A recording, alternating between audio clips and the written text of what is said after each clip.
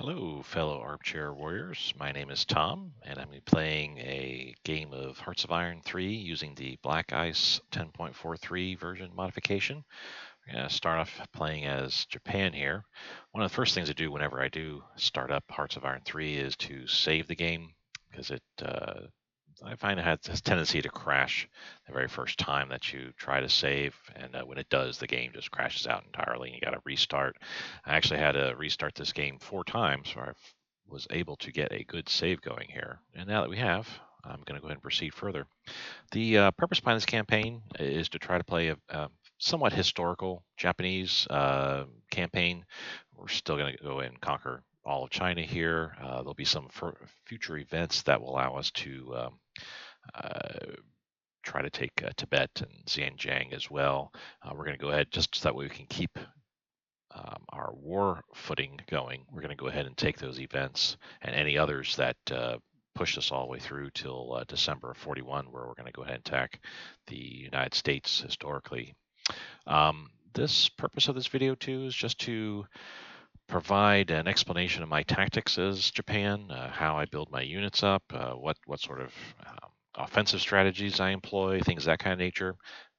To those that may be interested in playing Japan and perhaps may be afraid of it, it does have a very different flavor to it compared to, say, Germany or Italy or any of the other allies, really. Japan kind of has to push for research in almost every field, except for armor, realistically. And it also needs to look at getting as many resources as possible to push its industrial might a little bit further. It it's going to have a large empire, but it's going to take a lot to try to control that empire. So now that we've actually started the game here, we want to go and go through the process of what I do on the very first day of the Japanese campaign. And what I'm going to do is just run this video through that first day, and then I'm going to go ahead and pause it out, and we'll skip over to the second episode for the second day. So for right now, what I like to do is take a look at all my units here, mainly my Air Force for starters, and I like to group them all together in one area. In this case, Susaki, just that way I can have them one place, one location for ease of getting to them. With an exception being the naval air units, and we'll move those over pretty quickly here. I got a couple flying boats that we're going to go ahead and merge over to the naval bombers at Nagasaki here. See there's two groups of naval bombers here. I check my air units just to make sure everybody's moving, except for, of course, those two naval bombers. And now we're going to do the same thing with our shipping. I like to kind of get ready for future wars coming up here, and I will peel off those units that I don't like to use with our coastal battleships and put them in their appropriate areas here. Torpedo boats, I'll group their main base for right now for staging will be here as Sasebo. That's again just for make it easier to me to be able to go. Here's where all my torpedo boats are, so I can then send them out where I need to. The light carriers here, I group with my, or light cruisers, I should say, I group with my carriers, with light and regular, and they go over here to Tokyo. Now, we move those guys here. We have a bunch of coastal submarines.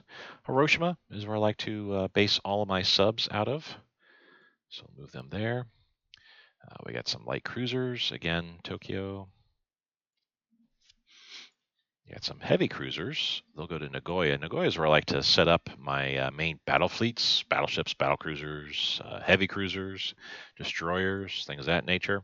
And two, the main reason is Tokyo's got a good-sized port. It's a level 10 port. Nagoya, same way as well.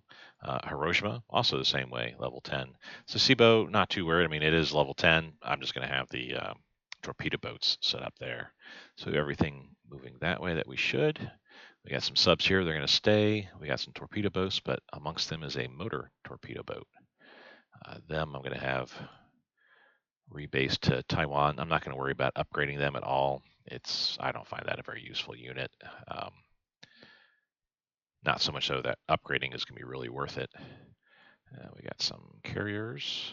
They're going to go to Tokyo. We got some battleships here in Nagoya, like I said. And we move on to Osaka here. Got a bunch of destroyers. They're all going to be shipped out to Nagoya. There we are. And this one has some passenger ships associated with it. And we'll take the destroyers, send the Nagoya, and I think there's one more stack. We have a assault ship here. I'm going to go ahead and move the assault ship to where I'm going to set up my Marines here at Dalian. There is actually a Marine already here. The rest that I get between now and when war starts with China will also set up there. And I like to perform a series of coastal attacks here, taking reports on the Chinese coastal areas. So we start from Dalian and start moving our way through this peninsula with our Marines. Then I'll have a second operation that's going to take the surrounding areas of Shanghai.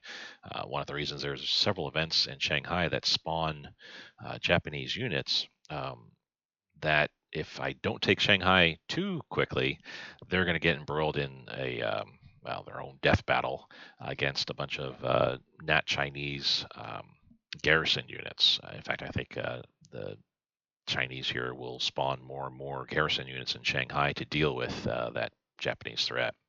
But then once I take this area, then the plan will be to move down the coast here and just keep taking ports all along the way, eventually to have all Chinese ports, so that way I can starve them out. They won't be able to get any resources unless it's shipped overland. So we are still moving our troops here, units. We got some passenger ships that need to get detached off of these destroyers. I'm going to move the destroyers over here to Nagoya. Okay. So we got two groups of passenger ships. Another one of the things I like to do is take off auto-assign, unassign all leaders, because eventually I'll go ahead and assign them myself. With our Japanese passenger ships here, I like to set them up in groups of 6. One of the reasons is the amount of weight that it can carry. A group of 6 passenger ships carry 855 weight. For example, a division of this sort, with a corps with its associated divisions, will weigh about, well, this one, because it's got garrisons, will weigh about 2531. Each garrison weighs about 1,000, though. So you can say roughly about 500 to 600 weight for a corps-sized unit. So I try to get these passenger ships in that kind of grouping, so that way they can carry a sufficient amount of troops here. Some core units, once they have them built with their 5 divisions, in some cases they'll have even more based upon how the AI has set them up at start. Actually, will have a little bit more than 600, 700, close to 850. So that's why I have them grouped up in 6 here. We'll do the same thing with this one. And once we have all these passenger ships set up, I'm just go ahead and move them down to Mizuyaki. This is where they'll stage. Once war is finished with China, I'm going to move the bulk of the land army out, and they're going to stage here in Mizuyaki, getting ready for future conflicts with the U.S. and Western allies, the UK and Australia and New Zealand. I like to set them up here in Mizuyaki, and along with those passenger ships to send them out to where they need to go.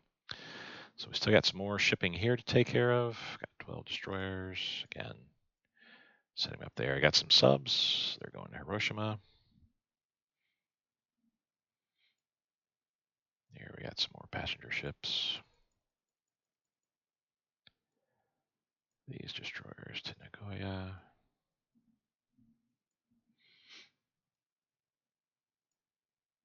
More passenger ships here.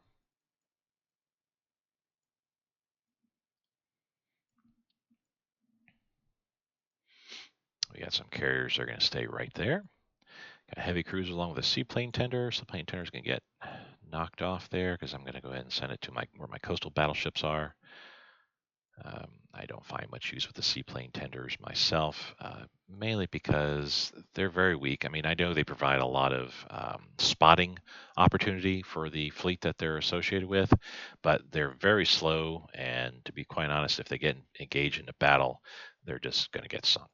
So I just like to put them with my coastal battleships and let them use their ability uh, with those coastal battleships here.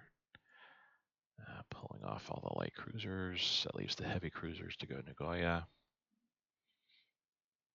And we got some battle cruisers. They're going to go there as well. I'm going to go ahead and grab all the seaplane tenders. Should be 4 of them, right? Yes. They're going here. And we got 2 passenger liners. Let me check something real quick here. This unit is 1,015. The other is 1042. So passenger liners of 8. That's 1020. We're going to send the group of 8 out there. And then the other group of 8, I'm going to split them off here. Let's see, let's get them into a grouping of 5. I like to have a group of 5 in Tokyo for any new units that get built and that I need to get shipped immediately to the Chinese war front. That's kind of rare, but nonetheless, that does happen enough that I like to keep them staged there. They have sufficient weight, so they can carry pretty much anything. I have another group of 5 that I like to keep in Dalian. The Kwangtung Theater is going to go ahead and end up controlling all the battles going on here in China, mainland China proper. If I get engaged in any battles where I lose a unit, headquarters or otherwise, the event flavor will say that that unit gets rebuilt in Tokyo with some training cadres and hospital units and things of that kind of nature. But the reality is the system actually sends it over to where your main 6-star headquarters is located. In this case, it'll be Dalian. So that's why I keep a fleet here. So when I have a unit that does get killed, they'll get rebuilt here. And once they're of sufficient size and strength again, I'll go ahead and send them to the front very quickly via shipping. I don't need to actually move them all that way. The other group of 3 here, they're just going to wait until the 8 come back, and I'm going to make a 5 grouping for here for Tokyo, and then the remaining 6, I'm going to go ahead and send them over to Mizuyaki. So we should have pretty much all of our fleets. I mean, there's light cruisers, the passenger liners, and carriers that are here in Tokyo already, and the coastal battleships are in Dalian. So everything is pretty much where it needs to be as far as my air and navy. Or at least they're going on their way. What I'd like to do is go ahead and go forward about an hour or 2 and then save the game because I've done a little bit of work here. I don't want to lose that effort, and it saved successfully, so that's good. The next step here is I want to get my land armies ready for the coming conflict. So I like to go ahead and get them all moved down here. Let me check and make sure we have a garrison. They are not going to get involved in moving. I'm actually going to have them run down to there. And I think that should be it there. We don't have anything here, do we? Yeah. I have a bunch of core headquarters. Some have garrison detachments associated with them, and as such, their weight is quite a bit. So I'll use these type of core headquarter units to provide support to my garrisons and militia. I'll use my other core headquarter units that don't have any sort of associated unit or garrison detachment as my battle units here in China. We're moving a Daishi unit here over to China proper. So I like to keep forces on the Russian front, just kind of keep them honest. Manchukuo, I let them do their thing, and as you see by some events that will occur that I'll take care of, I'll actually help them handle this area. But I do like to put all my garrisons in locations where the enemy could potentially land and take a port, for example. I don't like it if a port gets taken, so I try to cover those as much as possible here. Let's see. That's a regular unit. He's going to march on over there. This militia, he's going to go there. And we're going to check this unit. Doesn't have any associated garrison detachment. Weighs 170, so he's going to be a guy to look out for. We are going to start peeling off some of these garrison units here. Only because the headquarter unit that I just moved, he's going to be involved in battle. He doesn't need to be leading garrison or militia units. I'll have dedicated headquarter units with appropriate leaders that will go ahead and help in that type of situation here. Okay, so that's everybody there. Moving him over. Got a garrison. This garrison going over there. Has a garrison detachment. He's going to go here. So I do have a couple of places here, and I think one other location that doesn't have, here, doesn't have sufficient coverage just yet, but down the road that'll change. We're going to go to here, this garrison unit, because it weighs 1015, and I got a passenger ship liner fleet that's coming that can carry him over. He's going to move here for now. I'm going to go ahead and send him up here again, just to be on the Russian border and keep them honest. There's already one unit here. Let's see, we have a garrison here, doesn't need to be there. And this guy, he can come down there because he is going over there. So this unit's going to go to Tokyo. He has a garrison detachment, so he's going to stay where he's at. He does not, so he's going to come down to Tokyo. He's coming to Tokyo, ditto there. We have a Marine unit, needs to go to Tokyo. We have a regular headquarter unit, needs to go to Tokyo. Main reason, again, is going to go ahead and use the fleets that'll be here to ship these the guys in Tokyo over to where they need to be. I have a garrison there, that's fine where he's at. I have two garrisons here. One of them can come over to here, and he will come over there. We're going to move one of these leader types, because not that I have too many leader types, but it's not necessary to keep them all in kind of one location here, as it were. We're going to move him over using strategic redeployment over to here. Because otherwise, if you use regular movement, you can see he moves at -9, so he doesn't even move at all for whatever reason. Strategic redeployment, though, he will go ahead and move. The Tobu gun, he needs to remove the extra engineer and anti-aircraft he has. Excuse me. And we're actually going to take these, board them on my remaining fleet that's here. There's, let's see, he's got the anti-aircraft there already in artillery. We could send him to the Bonin Islands.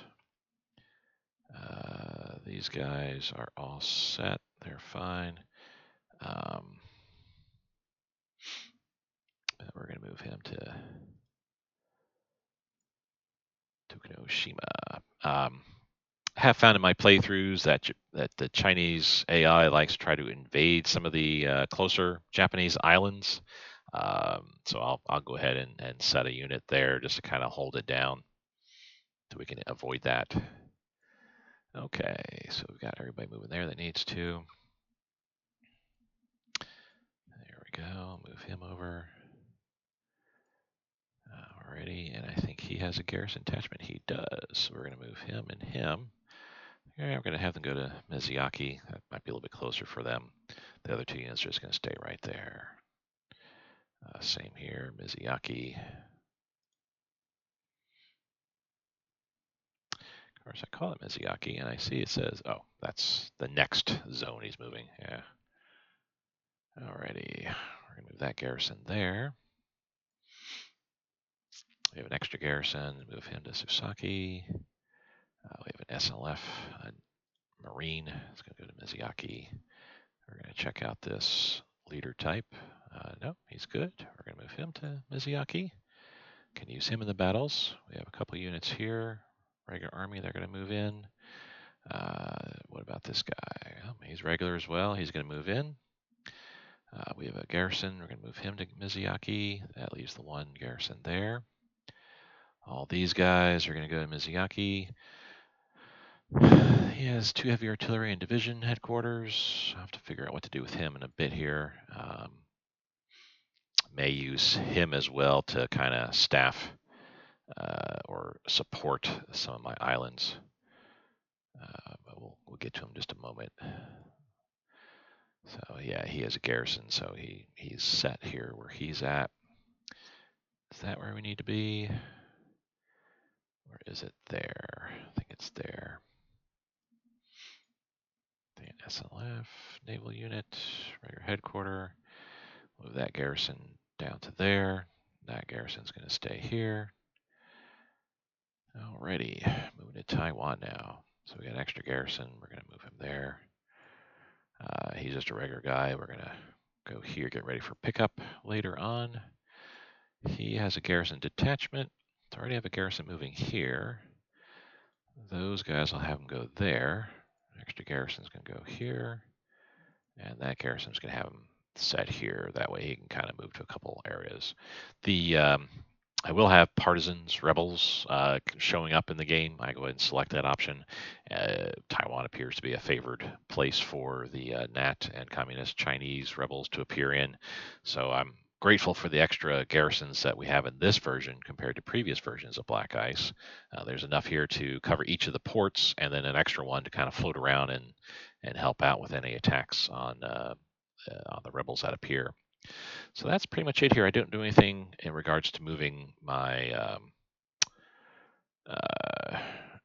garrison forces in the islands here. But what I do like to do, kind of ahistorical, I suppose, but I like to go ahead and have this guy have a different leader that's a 6-star leader that's actually on the island himself. We'll actually even name it as such. We'll call this the Garrison Island headquarters here. Like to put a leader in here that's favored more towards defense, but also have some offensive capabilities. The leader that's here in that will be here in Tokyo, not so much so. He'll be for just defense strictly. He'll be defending providing defense bonuses for the Japanese homeland, Korea as well, and any garrisons around this area. The island garrison that I just built will be kind of a staging 6-star general to provide some assistance for when I go into the island campaign around here. That's a little bit. I mean, it should still be within range, but that is kind of far. I'd rather have something a little more localized here for this type of campaign.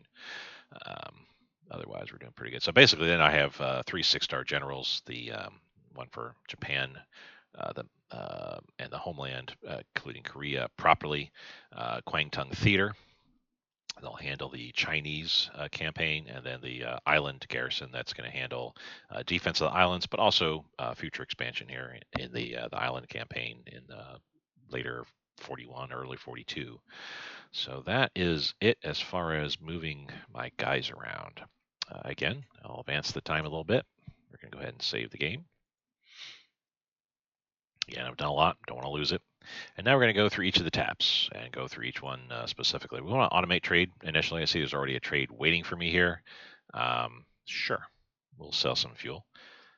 I could use the $4.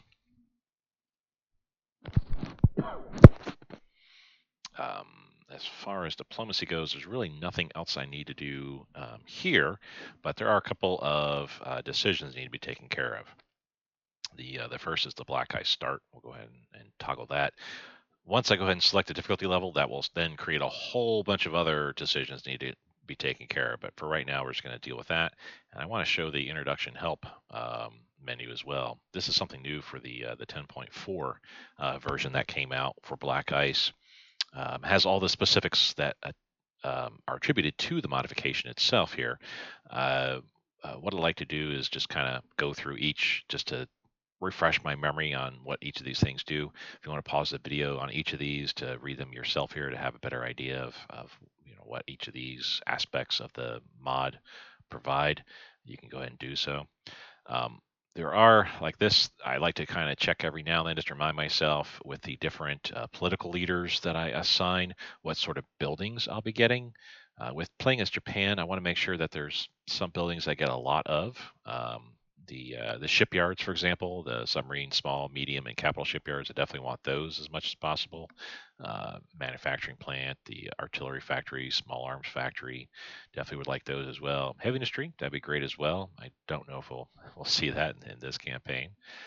And a few others like the light aircraft factory, medium aircraft factory, definitely want those because I'll be having a lot of CAG units, and I'll also have some bombers that'll need. Radar station, research lab, really good to have as well. A few others, not really that big of a deal. Tank factory and the automotive factory, those are big for Germany because you need to build lots of tanks. Motorized, mechanized units. With Japan, not quite so much so. And the rest are just kind of nice to have here. Uh, look at the science minister. That's the specifics he gives there. Let's see here.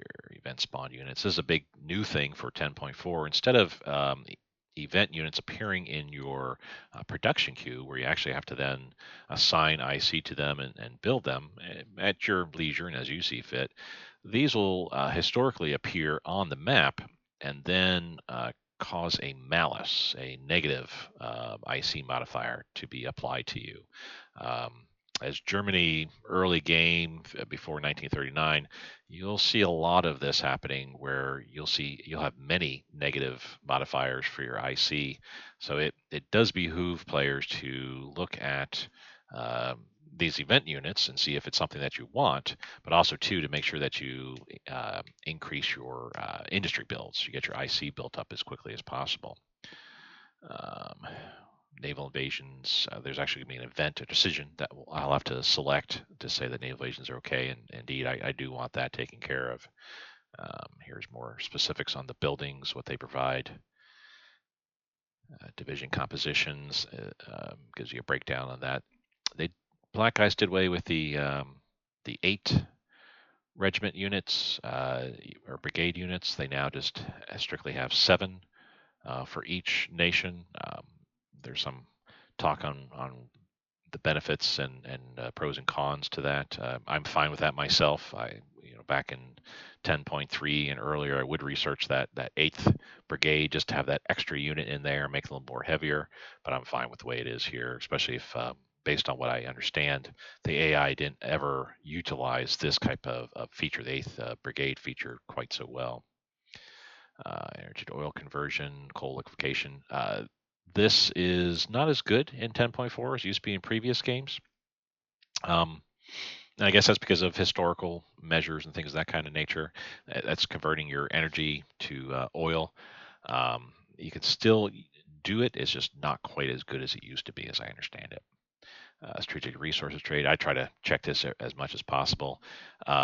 Because there'll be strategic resources that'll become available for purchase later on in the game. As Japan, I think we deal with the Vickers steel, so I do want copper for my builds and stuff like that. We're not going to be worrying about armor build speed, so we don't worry so much about getting these. IC efficiency though is very handy to have, so chromite will be something that I will get. And because steel's kind of a hard thing for Japan to get, apparently, you can trade for it very easily with the United States and other countries, but at a certain point, then the United States closes off the spigot and you can't get any more trades with them. I do want to make sure they get zinc and copper as well. Fortunately, we're already getting copper for Vickers steel, so overall, I should only need to get 3 different types of strategic resources to be a little more efficient with my Japanese play.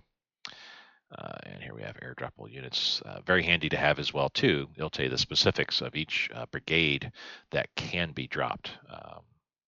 So that's handy. Japan will have a few. I'll have a couple of parachute units, so I'll check this when I go to my builds to determine what I need in order to accomplish that. So I'm going to just close it out.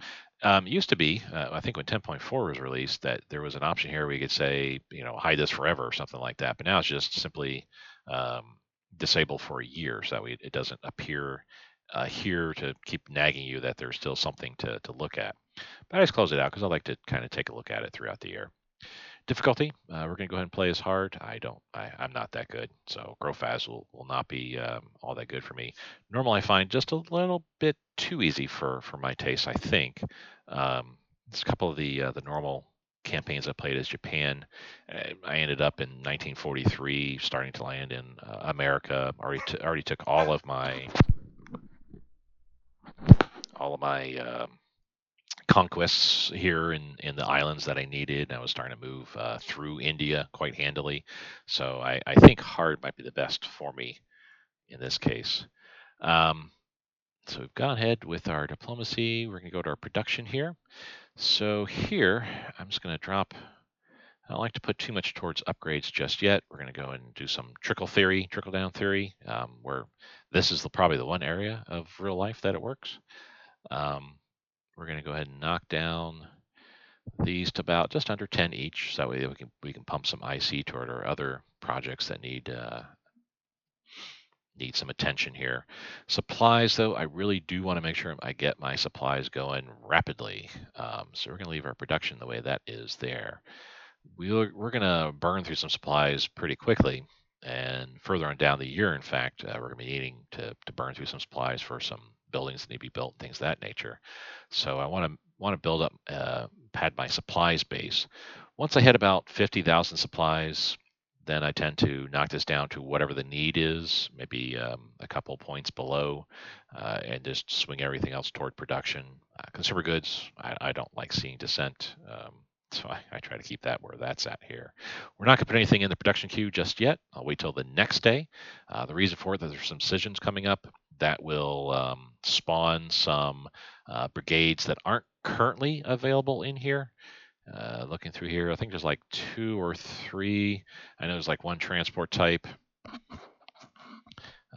There's also a couple, I'm not sure what the others, but I know there's one transport type and there's a couple others that are just not here yet until we go through those particular decisions. So I just leave this blank as it is. Past versions of the mod used to have the entire Japanese fleet builds in here. That gets pushed through via a decision later on in the game here. So there's really not much we need to do here. I do keep an eye on my trades, even though I let the AI run it. I do keep an eye on my trades. I want to make sure that the AI is buying the correct things that I need. I don't like it when they buy fuel. Actually, that's what I did wrong there. I thought I was selling fuel here. I don't need to be buying fuel. Yeah. So see, I already did something wrong at the very beginning that I caught here, fortunately. I really don't like to buy fuel because you can convert that from crude oil. Crude oil can get converted to fuel once you get kind of low, but I'm not really going to be using fuel quite so much, except for the first couple of days. I'm moving my fleets and armies and Air Force around. Once that all settles down, then my fuel reserves are going to go up. I'm not going to be seeing any losses really, so I don't need to import any fuel. I don't need to import any supplies. We can build all the supplies that we need. So I like to sell supplies here, sell fuel. The rest, though, probably will need to buy. And moving on to technology, for the very beginning, I like to go ahead and swing everything, all my leadership points to the other areas here. I like to have some spies built up, so we'll leave where the espionage is at this point right now. Probably going to have about half that in spies coming every day. Diplomacy, it does take a diplomatic point, I believe, for each trade that you're going to go ahead and take care of. As such, I want to kind of build up my diplomacy points a bit. Once it hits 50, then I'm going to go ahead and knock this down to about 0.02 or 3 per day. Just that way, like say every month or so, I'm generating a diplomatic point or two. I need to get my officers built up because this is going to drop down quite drastically. I want to try to get to as close to 100 as possible. Japan does go to war with China very quickly, as opposed to other nations. Germany, for example, you've got 3.5 years before you need to worry about wartime. So you've got quite a lot of time to go as Germany before you need to make sure that your leadership ratio is where it should be. Japan, though, 18 months at best. So I want to make sure that I can get the leadership ratio built up quite handily there. I am going to go ahead and start putting in some of my research at this point. I like to stick with nation and land forces along with the doctrines at start for the first 2 years. And then once 1938 rolls around, kind of flip the script, as it were, and we go to air forces, naval forces, and get those research topics taken care of. So over here, I'm going to go ahead and I want more leadership, of course, because I need more points in everything that I do.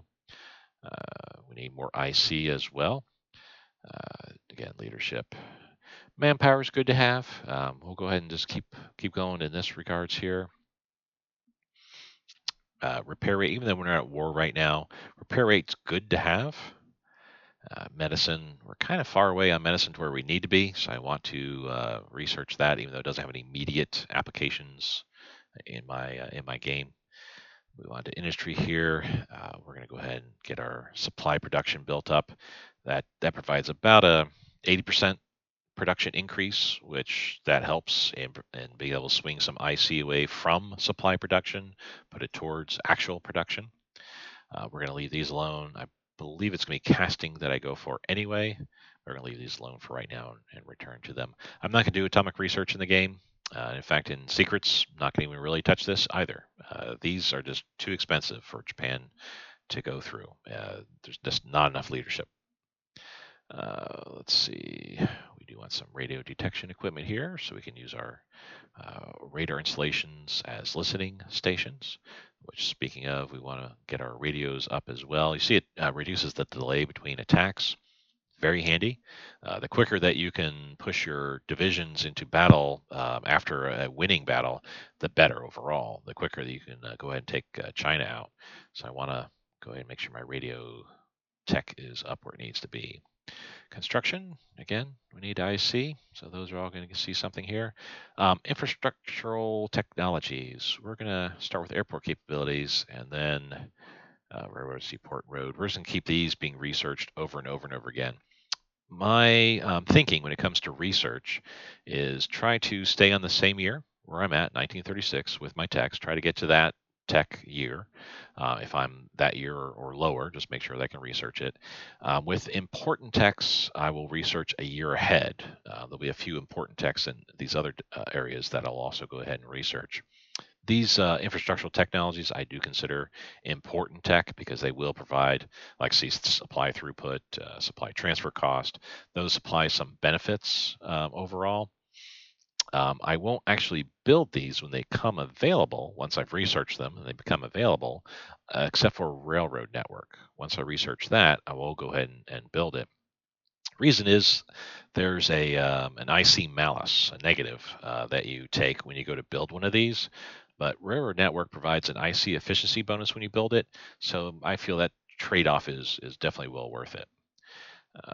We're going through nation right now. Land forces. We want to make sure that my military is still considered a superpower status.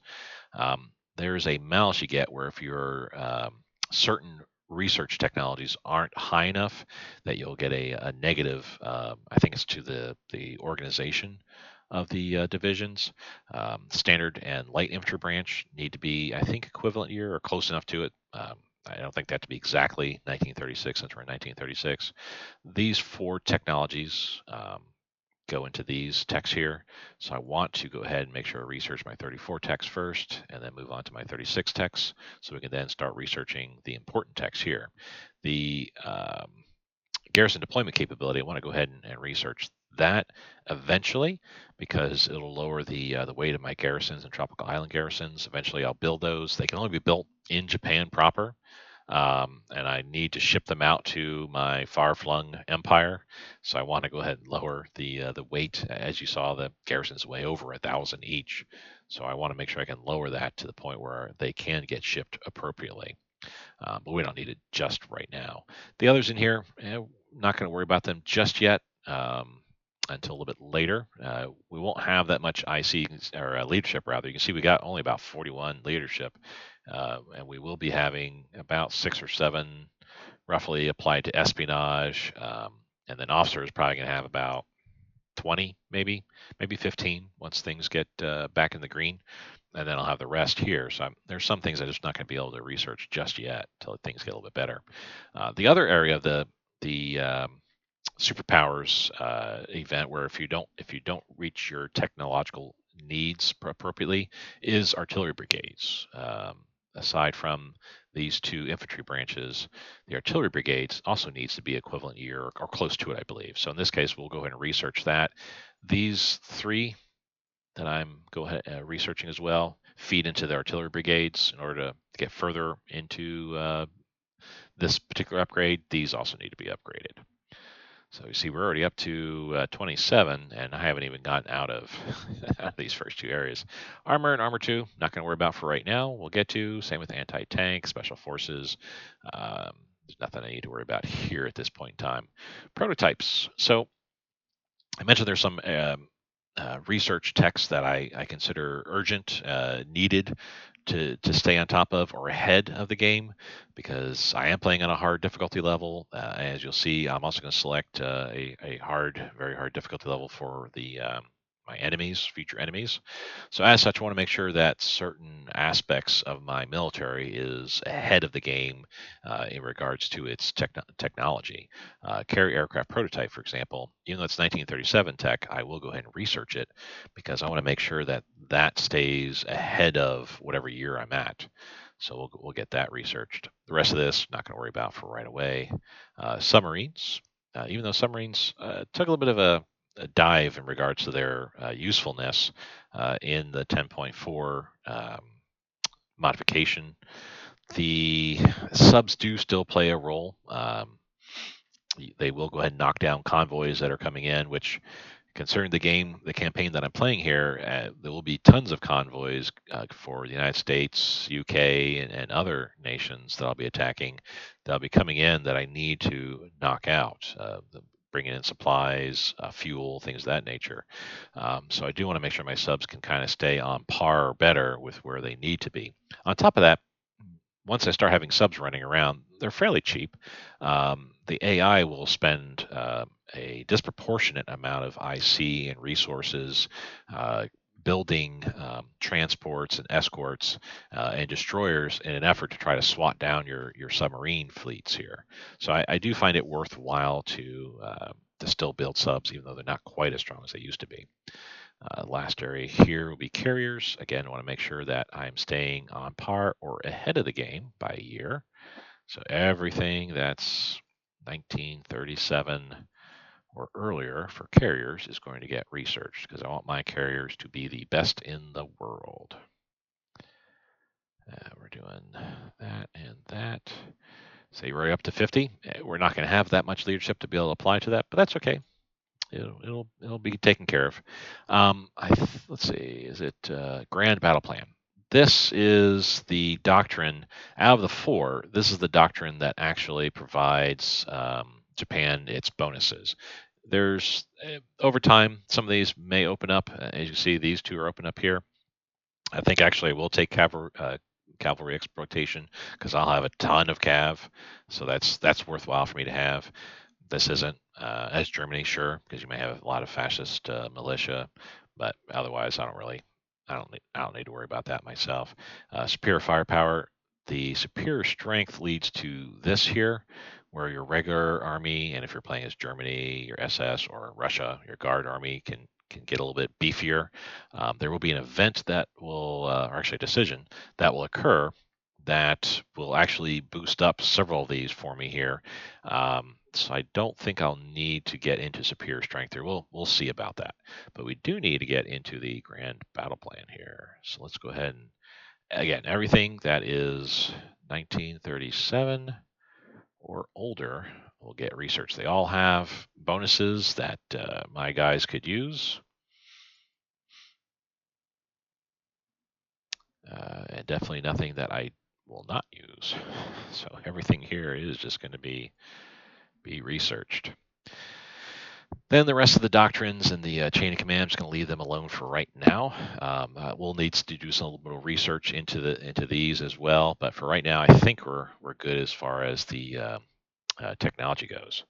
Politics, there's not much we're going to do here because I don't have enough money to make many changes throughout here. But that said, we want to double check and just make sure that we're looking pretty good otherwise here. See, the 3-year draft has a IC malice, does have a consumer good malice as well. There's one of these, I think. That's good. Yeah, I think we'll leave it in consumer product orientation because of the higher bonus for the consumer products during wartime. Volunteer Army is fine. Specialist training, we'll leave that alone. So the 3-year draft, I want to go ahead and drop that down to a 6-month draft.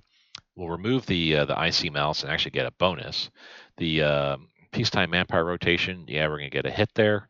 That's all right though. We're going to be fighting China. That's going to be not really hurting us terribly much.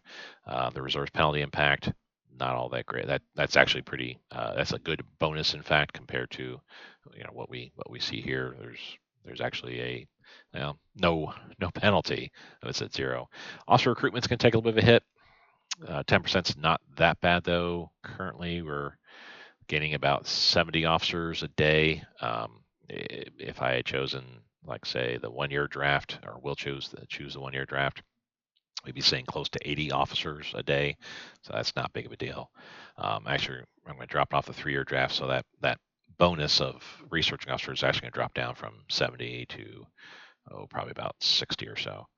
But that's the big thing, is the money minus 22.5%, and the consumer goods during peacetime. Losing both of those mouses is much needed for at least the first year or more. So we're going to go ahead and enact the 6 months draft. I think most of my leaders, I just leave them alone as is. Minister of Security, yeah, we don't want the Prince of Terror. The Great Compromiser, I think there's the Ideological Crusader, I think is a little bit better. Yeah, he has a revolt risk bonus here. Daily descent change is 5%, so that's better than the 1% there. So yeah, I think we go with the Ideological Crusader here. Let's see. I'll leave that alone because consumer goods during peacetime is pretty handy. We're not going to replace him. These all stay the same. The head of intelligence, we change him out to the industrial specialist. That we get the IC bonus here, as well as the industrial efficiency too. That's a good swing around there, 4%. The Minister of Science, I think I typically go with aircraft practical decay, but recently I've kind of changed my mind a little bit here on this, and I like the this year, the destroyer, cruiser, and capital ship. Every now and then, some research get pumped in that will provide research to all 3 of those areas. So destroyers, light, heavy cruisers, battleships, battle cruisers will all get kind of a little bit of a research bonus. So it's kind of handy for 2 years, since I'm not going to actually research any of those. That way I don't lose out anything. And I am researching carrier tech anyway as it is. So I don't really need this guy just yet. Plus that 50% money negative, that kind of hurts. I'll wait a little bit though and put him in play. So we're done here on our politics section here. We're going to say okay to our laws and ministers, and then lastly, intelligence. So we want to make sure that we're keeping spies honest in our area here. We need to raise the national unity. Need to get that in the green. As you get it closer and closer to 80%. I know Germany, for example, needs some pretty high unity. Japan, I think, has an event or 3 that requires a little bit higher unity than I have right now, or at least if it starts dropping, then I won't see those events occur. But I also want to go ahead and steal some tech. Germany's gonna be my friend, but they don't share their tech, so I need to steal it. So that's why we increased our spy priority and going to the tech espionage. Mostly I'll be getting probably like land tech from them, which that's good. That'll help counterbalance what I'm doing as far as my research. Allies, UK, pretty much goes for everything in regards to their research. So I like to stay on top of the tech espionage with them and get some cool stuff. Russia, I do the same thing as well. I do tech espionage. Again, they like to get land tech and some air tech as well. So that'll be handy for me to kind of counterbalance what I'm doing. But I also like to go ahead and disrupt their national unity, help out my German partner in conquering them. One playthrough I just completed in the 10.4 version was Germany and Italy conquered Russia and got all the puppets for them. So I do feel that providing a little bit of impetus here towards that national unity kind of knocks them down enough that Germany, as the AI, will have a little bit easier time through there. Then lastly, North America, the U.S. big time. They have like so much leadership they should be sharing. So we're going to go ahead and steal their tech here. So that is it for all of these tabs here. We're going to advance the game a little bit here. Save it, because again, done a little bit of stuff here. Don't want to lose it. And now we're going to go through these aspects here. We got some icy wasted because of some changes I made in the politics tab. We're going to go ahead and tick that over to where it needs to be. I should leave that locked in place here for my production, so that way we're gaining some supplies. And now we got a bunch of decisions to go through. I'm just going to tick off a few to get them going. I mentioned about the railway. I'd like to go ahead and purchase that, even though it has a negative 2.5 IC for the next 6 months roughly, or 4 months roughly. The IC efficiency bonus that I get out of that is more than overweighing. Military Academy is needed to get access to the HQ technologies. We're going to go ahead and tick on that. That just goes in and selects that for me. We want the light transport and truck transport activation. That's what I was talking about. There's a couple of brigades that weren't available for me to build. These are them. Germany has a few the same way too. That you just need to go ahead and select and say, I need these done. We want to go ahead and do our annual focuses and boost as well. Get those all going. So we got the railway, military academy, light truck transport, boost, and those focuses. Espionage and spies for the year. I always pretty much stick on this, economic spying. The IC efficiency is really nice to have. The others are pretty good to have too, like the extra spies, especially since I'm putting quite a bit into espionage. The espionage bonus could be very handy here. Some of these others, that naval intelligence, later on I may go ahead and utilize that just for that naval intel and the naval organization when I am at war with the United States. We'll see. We'll determine where we go with that. Germany sometimes like to go with this, the Army Intel, just for that same kind of reason, where you'll get a bonus to the organization and the land intel, since Germany does a lot of attacking on land and not many naval invasions and things of that sort. These others are pretty good as well too. Sometimes you need to lower your threat and neutrality levels, or also increase your national unity. Excellent opportunities there. But for right now, Japan, economic spying. This is where you can say each year for each of the major nations, I think pretty much all the countries, where you're going to go ahead and put most of your focus for builds and stuff like that. Since we're going to go to war with China, and in fact, you can see here, build the army must defeat China or perish. I am going to go ahead and favor the IJA, the Imperial Japanese Army. That'll swing around in 1938, where I'm going to focus mainly on the IJN. I should have China close to being conquered in 1938, if not already. So that's one reason why I'll be sticking with the IJA for now, and then later on going to the IGN. Germany, because they tend to have a few more years than Japan before they go to war. There's a few other areas I'd look at, like this, the build up the economy. That's where you get some additional, some IC industrial factories built. That's pretty handy. Haven't chosen that for Japan only because, again, since we're going to go to war with China, I want to make sure that I've got the appropriate buildings as well as the push towards those units. We can also put a large focus toward research. That's what or science focus rather. I missed that there. You'll get some research facilities and a boost there. Again, love to do that as Japan, just don't have the time or the capability to do so. Health and education focus, I think that helps boost your leadership. And as you see, money has a huge plus 85%. That'd be kind of nice to have, huh? Resource focus. This is if you have a country that's kind of light on the resources, needs to do a lot of trading. This will kind of help boost it, boost your resource gains. Not handy to do during wartime because you see your stuff's going to slow down in regards to builds, but it can be handy to have if you're having a problem with your resource gains here. But again, building up the army. We want to go ahead and build new factories. Boost will increase our build speed. Not that big of a deal for right now. Sometimes I like to do that as Germany, especially when I already have enough factories. I'll go ahead and just say boost the existing factories. And in fact, you might see that later on in the Japanese campaign, where I'll be favoring the IGN over and over and over again for a few years in a row. I'll start with building new shipyards, but at a point I may go, well, let's just boost the factories so we can start getting those ships out quicker. but for now, build new factories. The difference between the short and long term is whether you get more money or focus on your builds. For right now, I just want my focus on builds. Japan doesn't have a lot of IC. We need to build stuff. So there we go. Activate our trucks and light vehicles. Good to go. Go forward another hour here and save. I like to save often in the beginning, but then as you'll see, maybe I might be saving about once every 6 weeks or so. We have some more IC wasted.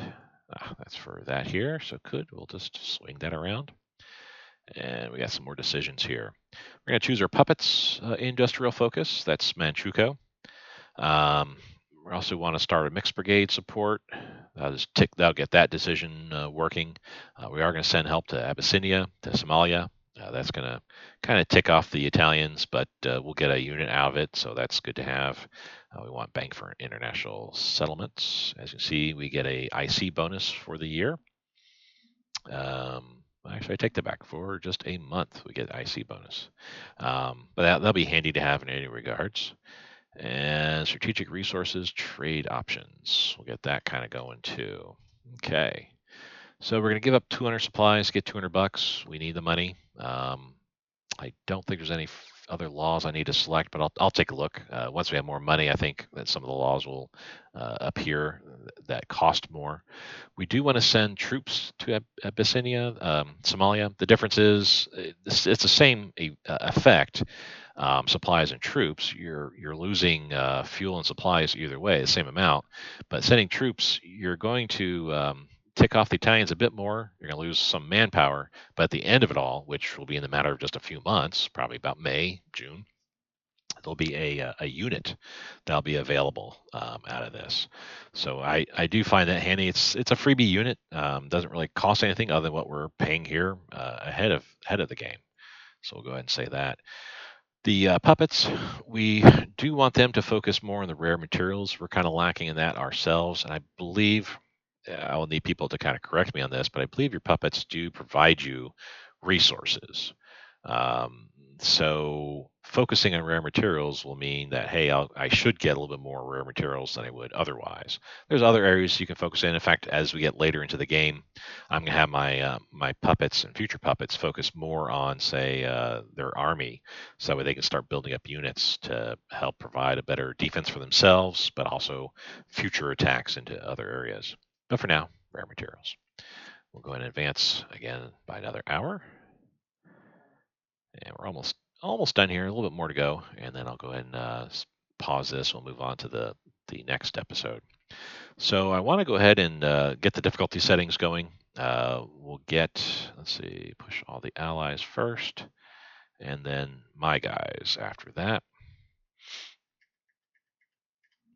So with Germany, I want to go ahead and set them out to very hard. This is the difficulty is how difficult it is for you to attack them, or how well they play, I guess is a better way to describe it. As you can see, for easy, it doesn't mean that it's easy to play them per se. It just means that they won't be getting on easy Germany. It's difficult for the AI to do well against their enemy. So in this case, we want to make sure that we're selecting a more harder difficulty for them, so they get some more bonuses. There is a difference between very hard and very hard no military bonus. Very hard provides a hard soft attack bonus and an air intercept efficiency bonus of about 10%. Without that, they don't get that capability. So I like to say very hard but no military bonus. This way, it's a little bit more of a balance overall. The research that my allies will go through may help negate some of that aspect here of the hard and soft attack, but I don't need to make things easier for my allies per se. So I just want to make sure they don't crumble at the first sign of a French attack across the Maginot Line in 1939, for example. So we'll say very hard Germany, no military, very hard Italy, no military. For the allies, which will include as you can see there, UK, Australia, Canada, America, France. Trying to think who else might be associated as an ally here, but maybe New Zealand, South Africa, perhaps. we want to make sure they're not going to be pushovers as well.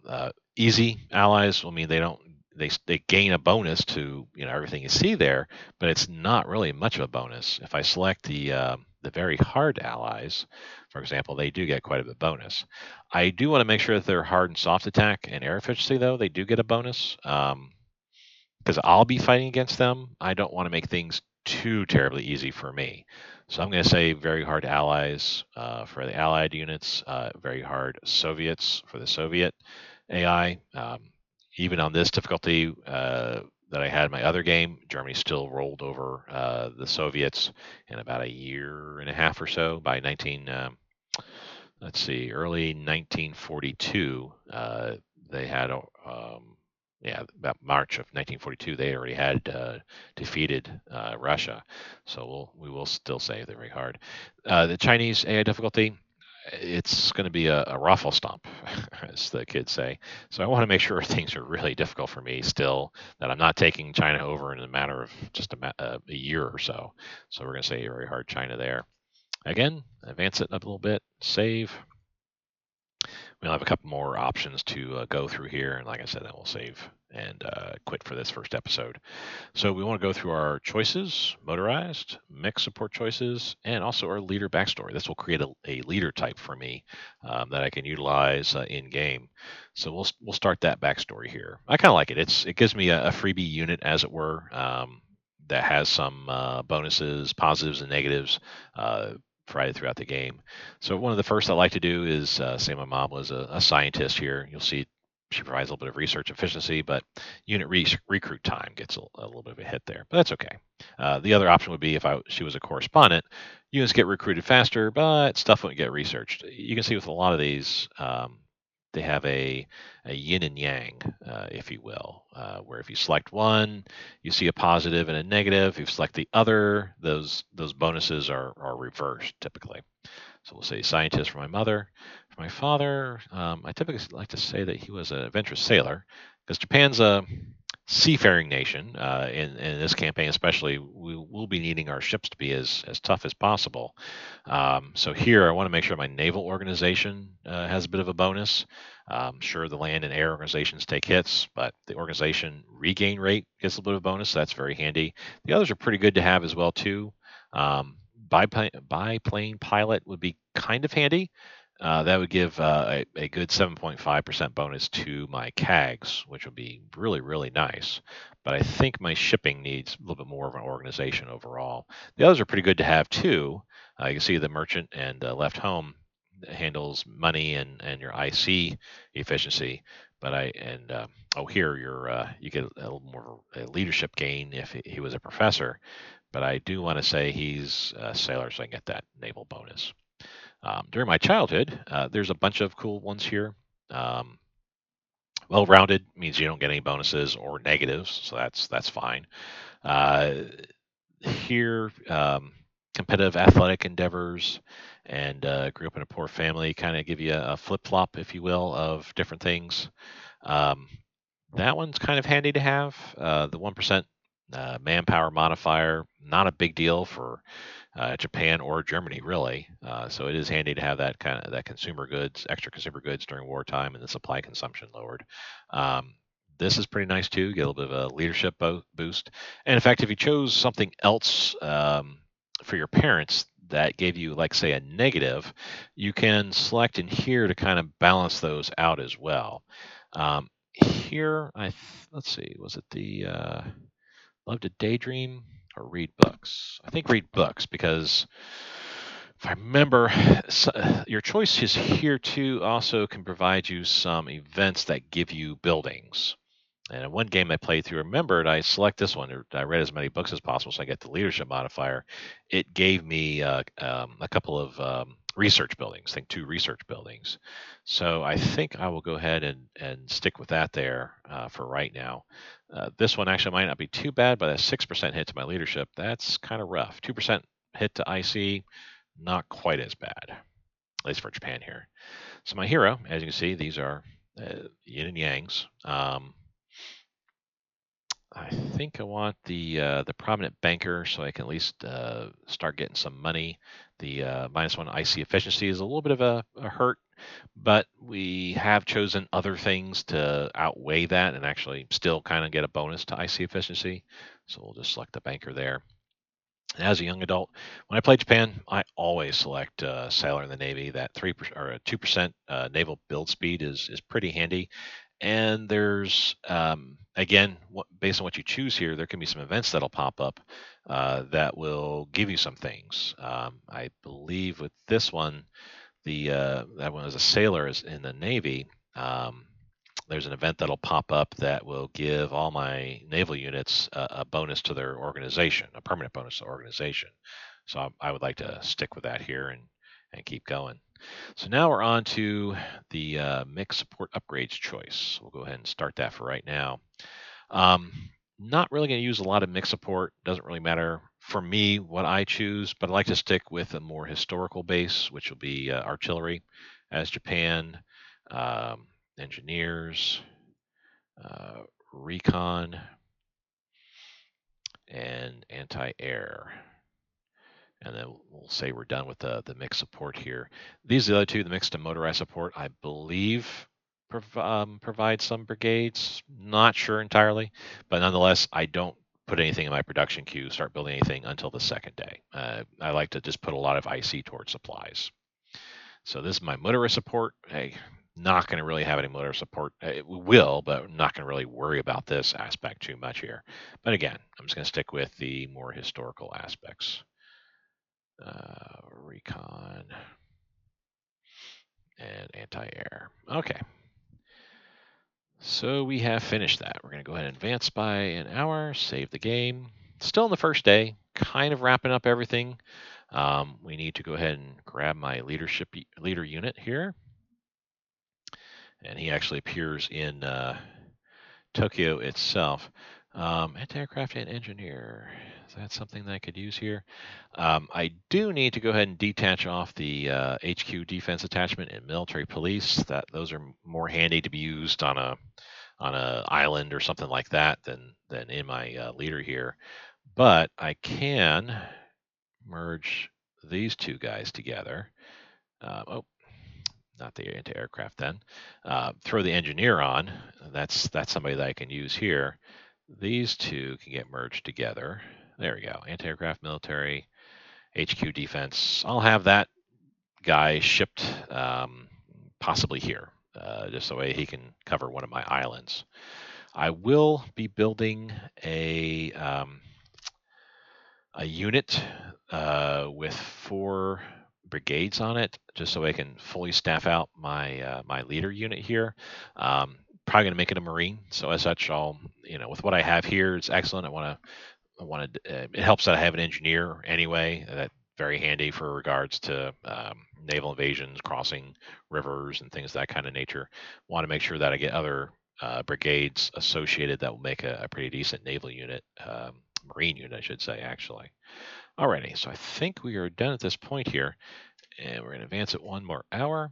We're going to save the game, and at this point, I'm going to go ahead and close out this episode. Thank everybody for watching, and I'll start off episode 2 here very shortly.